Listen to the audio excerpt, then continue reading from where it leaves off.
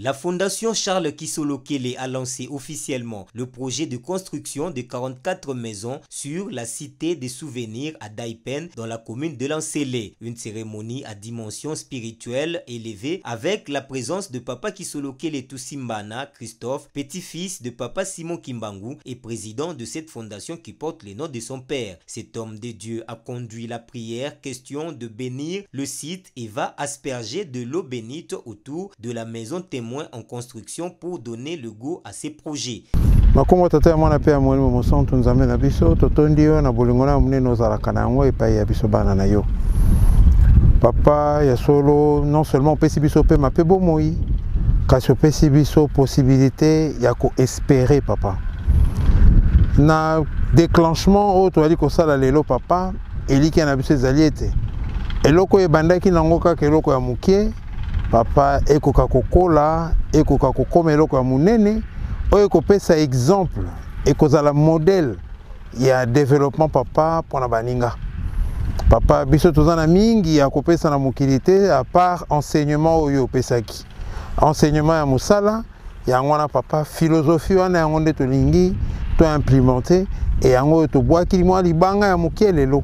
Kasi ndenge yo moko olobaki litanga ya moke ya mai ekoyi na ebale eboti vague ya munene yango nde tolingi na mokolo lelo papa na mosala tobandi tosengi obatela bana no bakosala awa pesa bango mayelo ekoki po ete babimisa eloko ya kitoko awa mpe banzoto ebela te pamba te nzoto malade esalaka te biso nyonso tomozongisa maboko na yo tozongisi projet nyonso na maboko na yo mpo na lipamboli na yo mpo ete mwinda na yo ekoka kopela et servir de référence mpo na bato nyonso bakozala na besoin ya koyeba kimia na yo papa eza na biso na nzoto na milimo kimia na site oyo papa na komba tata mwana mpe molimo mosantu amen.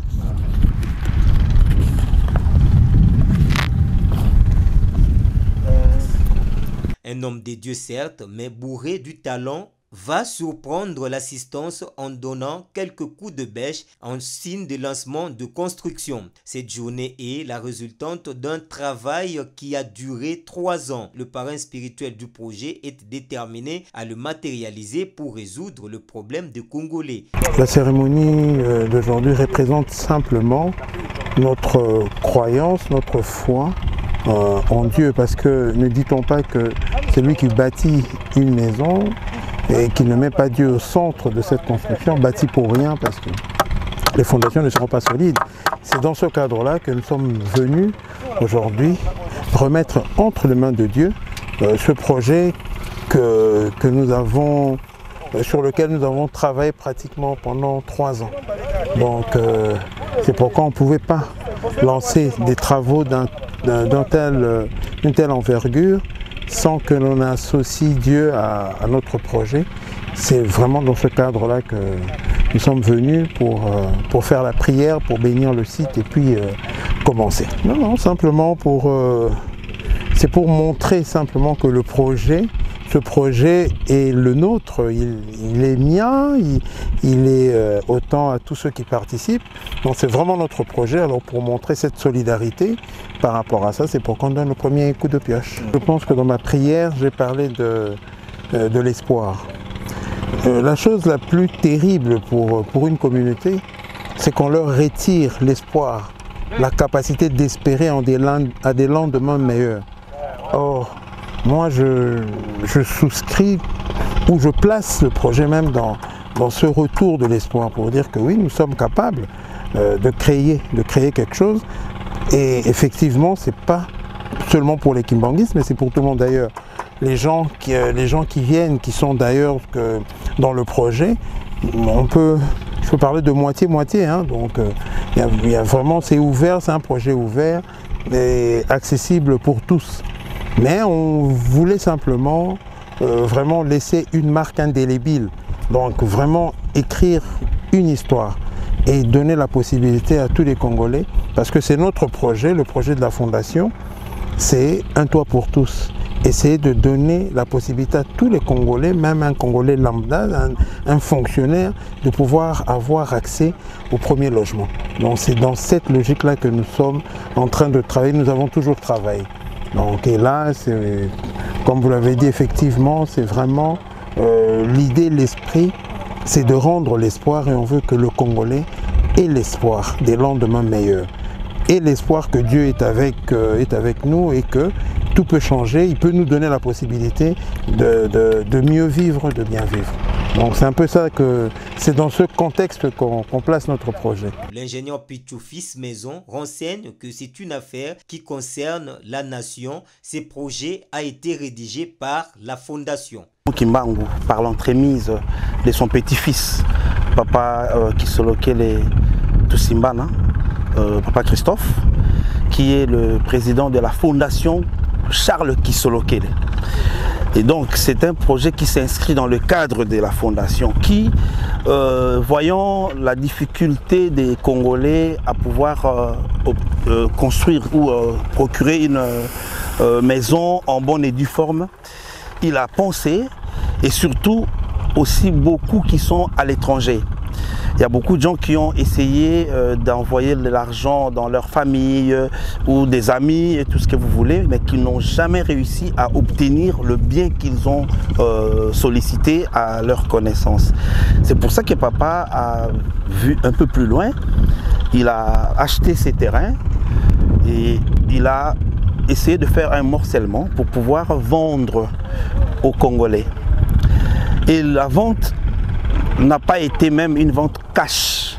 C'est-à-dire, il y a eu une première étape qui était la souscription. Les gens se sont inscrits et puis ils ont payé un acompte de 1000 $. Et puis pour finir l'achat du terrain, 20 sur 20 qui revient à 4000 $, les gens ont commencé à donner vraiment petit à petit. Juste pour qu'ils arrivent à réunir les 4000 $. Une fois les 4000 $ réunis, ben, on va construire des maisons. Voyant aussi la difficulté de la localisation du terrain et la manière dont nous avons conçu ces projets pour que ce soit un projet facile à exécuter, nous avons souhaité que nous puissions nous-mêmes construire des maisons pour les gens qui ont acheté sur cette concession.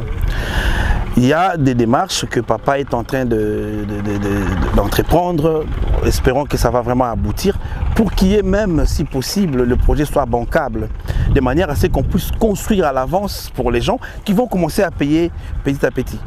Mais comme on n'a pas encore atteint cette étape-là de financement, papa a dit non, mais écoutez, nous voulons lancer le projet. C'est pour ça que là où nous nous trouvons, c'est la maison témoin de cette cité ici qui a plus ou moins 44 parcelles. Et après cette maison témoin, ben, on va annoncer à tous les occupants le coût réel après exécution du projet pour que voilà, les gens s'engagent à la construction. C'est d'une manière générale, c'est ça. Et c'est un projet, nous voulons montrer qu'il y a moyen de construire de manière écologique. Parce qu'ici, nous allons construire en matériaux très écologiques. La fondation s'est faite en briques normales, traditionnelles, c'est-à-dire fabriquées avec de ciment, sable, poussière et de l'eau.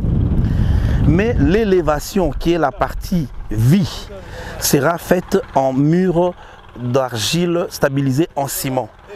Et c'est par emboîtement sans liant, c'est-à-dire sans mortier. Ça veut dire qu'il y aura une fraîcheur dans cette maison qui est une fraîcheur naturelle. On n'a pas besoin d'une climatisation, sauf vraiment si ça peut arriver. Aujourd'hui, on vit des calamités climatiques assez importantes. Mais en tout cas, l'objectif pour nous ici, c'est de construire une maison qui puisse fonctionner sans apport extérieur d'une énergie quelconque. Donc voilà un peu d'une manière générale les contextes de ces projets. Non, pour ici là, nous sommes sur 2 hectares.